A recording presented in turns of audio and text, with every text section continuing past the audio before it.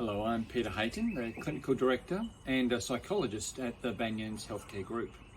We're going to have a chat about gaming addiction and work through some of the issues and concerns in that area.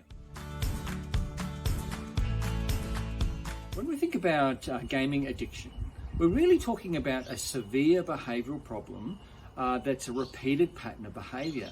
And if we're thinking about numbers or hours that somebody might spend gaming and working out what an addictive pattern might be, we're really looking at a big part of the day. We're talking about 8 to 10 hours of the day and 30 hours a week. So it's kind of like, eight to 10 hours a day. It's more than 3 or 4 times a week that they're spending playing the games, immersed in that kind of world. Some of the things to think about when we're looking at gaming addiction is like a preoccupation with gaming.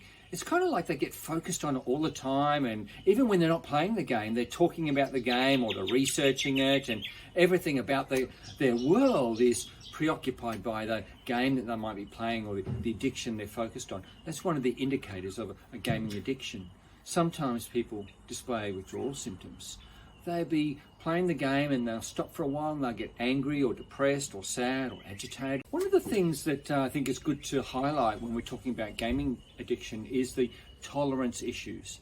We all build up a tolerance to certain things, and what we find with gaming addiction is that the time playing is increased.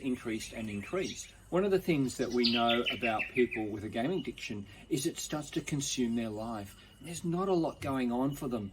They lose friends, they lose connection with sporting and other activities. One of the things that's an early warning sign of gaming addictions is the fact that they start to tell lies. Like, oh yeah, I only played it for a couple hours on the weekend. When they've spent all weekend playing and they might have got 2 or 3 hours sleep. When we think about what are the treatment options for someone with gaming addiction, it really is depending on what the level of severity is for them. We can go to a psychologist and get some good support and treatment there, but sometimes that's not enough. That's where residential programs really help. With a residential program, somebody takes a significant number of weeks out and they really break that cycle. In our programs at the Banyans, we'll do a digital detox, so we're really reducing things down. In the later parts of the program, we might introduce some access to digital systems, but really providing an opportunity to take time out. If we're thinking about other things that are really important around gaming addiction, we need to think outside of just the psychological and emotional things that are happening. When we've been sitting isolated at home, in our lounge room or in our bedroom playing games for weeks on end, it has a real effect on our body. And we need to think about things like exercise and nutrition and rebuilding the body in those ways.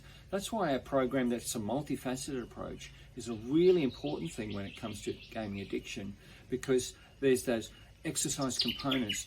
It's replacing that adrenaline and the dopamine with other things. There's the healthy nutrition that's really important, getting our body and our systems working well again so that we can end our treatment program, get back into a life where we're going to be a little bit more victorious in saying no to those gaming addictions and saying yes to those things that are really healthy for us.